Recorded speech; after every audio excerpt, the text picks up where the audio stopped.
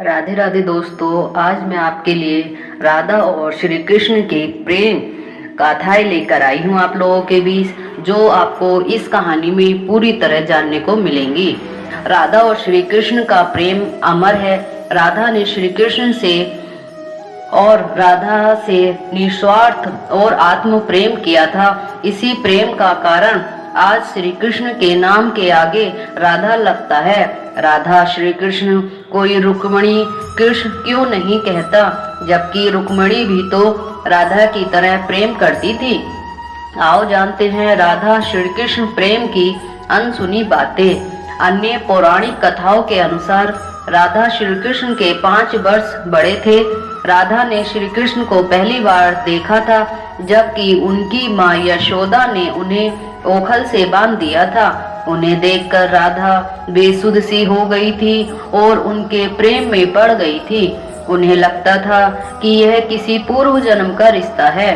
कुछ लोग कहते हैं कि पहली बार गोकुल अपने पिता ब्रजभानु जी के साथ आई थी, तब श्री कृष्ण को पहली बार देखा था। और कुछ विद्वानों के अनुसार संकेत तीर्थ पर पहली बार दोनों की मुलाकात हुई थी।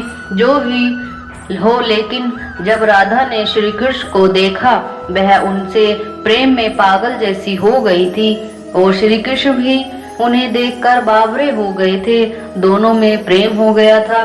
ब्रह्म वेद पुराण प्रकृति खंड अध्याय 48 के अनुसार और यदुवंशियों के कुल गुरु गर्ग ऋषि द्वारा लिखित गर्ग संहिता की एक कथा के अनुसार बाबानंद बाबा श्री कृष्ण को लेकर बाजार घूमने निकले थे। उसी दौरान राधा और उनके पिता भी वहां पहुंचे थे। दोनों का वहीं पहली बार मिलन हुआ। उस दौरान दोनों ही उम्र बहुत छोटी थी। उस स्थान को साकेत तीर्थ स्थान कहते हैं।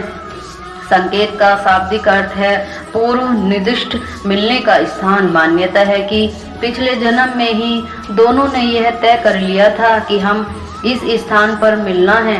कहते हैं कि यहीं पर गर्ग संहिता के अनुसार एक जंगल में स्वयं ब्रह्मा ने राधा और श्री कृष्ण का गंधर्व विवाह कराया था। यहाँ पर साल राधा के जन्मदिन यानी राधा जन्माष्टमी से लेकर अंत चतुर्दशी के दिन तक मेला लगता है। ब्रह्मा वेद पुराण की एक पौराणिक कथा के अनुसार श्री कृष्ण के साथ राधा गोकुल में रहती थी। एक बार उनकी अनुपस्थिति में श्री कृष्ण अपनी दूसरी पत्नी विरजा के साथ घूम रहे थे। तभी राधा आई। वे विरजा पर नाराज होकर वहां से चली गईं। श्री कृष्ण के सेवक और मित्र श्री दामा को राधा का यह व्यवहार ठीक नहीं लगा और वे राधा को भला बुरा कहने लगे। राधा ने क्रोधित होकर श्री दामा को अगले जन्म में शंखचूर्ण नामक राक्षस बनने का श्राप दे दिया। इस पर श्री दामा ने भी उनको पृथ्वी लोक पर मनुष्य रूप में जन्म लेकर 100 वर्ष तक श्री कृष्ण भिक्षुओं का श्राप दे दिया। राधा को जब श्राप मिला था तब श्री कृष्ण ने उनसे कहा था कि तुम्हारा मनुष्य रूप में जन्म तो होगा, लेकिन तुम सदैव मेरे पास रहोगी। यही कारण था कि राधा और श्री कृष्ण बचपन में भिक्षु हो गए थे। राधा श्री कृष्ण की मुरली सुनकर बावली होकर नाचने लगती है और उनसे मिलने के लिए बाहर निकल जाती है। जब गांव में श्री कृष्ण और राधा के प्रेम की चर्चा चल रही थी तो राधा के समाज के लोगों ने उसका घर से बाहर निकलना बंद करवा दिया। फिर भी एक दिन श्री कृष्ण ने माता यशोदा से कहा कि माता, मैं राधा से विवाह करना चाहता हूँ। यह सुनकर यशोदा मैया ने कहा, राधा तुम्हारे लिए ठीक लड़की नहीं है। पहले तो यह कि वह तुमसे 5 साल बड़ी है और दूसरा यह उसकी मंगनी यशोदा के भाई रायाण से हो चुकी है और वह कंस की सेना में है जो अभी युद्ध लड़ने गया है। तब आएगा तो राधा का विवाह हो जाएगा, इसलिए उनसे तुम्हारा विवाह असंभव है। लेकिन कृष्ण जिद करने लगे। तब यशोदा ने नंद से कहा।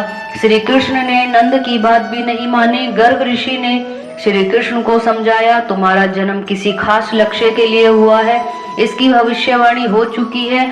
तुम ताराहार हो। इस संसार में तुम धर्म की स्थापना करोगे। तुम्हें इस ग्वालन से विवाह नहीं करना चाहिए, तुम्हारा एक खास लक्ष्य है। गर्ग मुनि हर तरह से समझाते रहे, लेकिन कृष्ण ने एक बात ना मानी।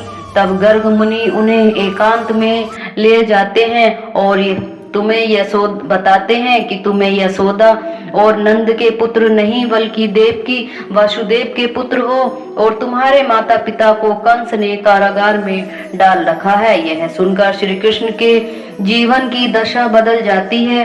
राधा के परिवार को जब पता चलता है कि श्री कृष्ण मुरली सुनकर उनकी प्रेम में नाचती है, उनके पास पहुंच जाती है, तो उन्होंने राधा को घर में कैद कर दिया।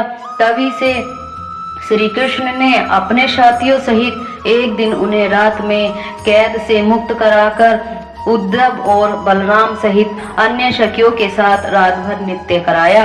यह रात पूर्णिमा की थी। तब महाराज हुआ था।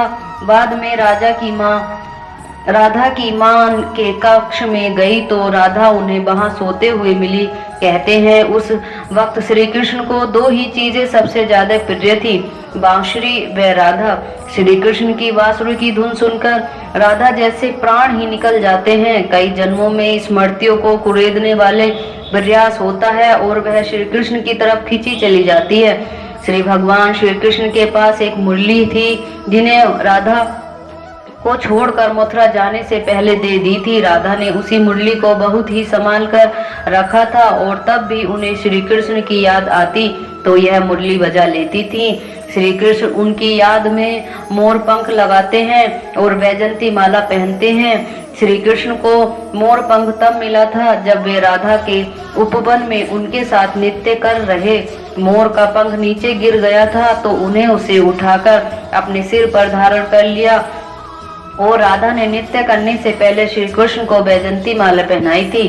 तब श्री कृष्ण वृंदावन छोड़कर मथुरा चले गए। तब राधा के लिए उन्हें देखना और उनसे मिलना दुर्लभ हो गया है कि राधा और कृष्ण दोनों का पुण्य निर्मल कुरुक्षेत्र में बताया जाता है, जहां सूर्य ग्रहण के अवसर पर द्वारिका से श्री कृष्ण और वृंदावन से नंद के साथ राधा आई थी। राधा श्री कृष्ण को देखने और उनसे मिलने ही नंद के साथ गई थी, उसका जिक्र पुराणों में मिलता है। इसके बाद राधा और श्री कृष्ण की अंतिम मुलाकात द्वारिका में हुई थी। सारे कर्तव्यों से मुक्त होने के बाद राधा आखिर अपने प्रियतम कृष्ण से मिलने गई। जब वे द्वारिका पहुंचती हैं तो उन्होंने महल के और उनकी 8 पत्नियों को देखा। जब कृष्ण ने राधा को देखा तो बहुत प्रसन्न हुए। तब राधा ने अनुरोध कर श्री कृष्ण से उन्हें महल में एक देविका के पद पर नियुक्त कर दिया।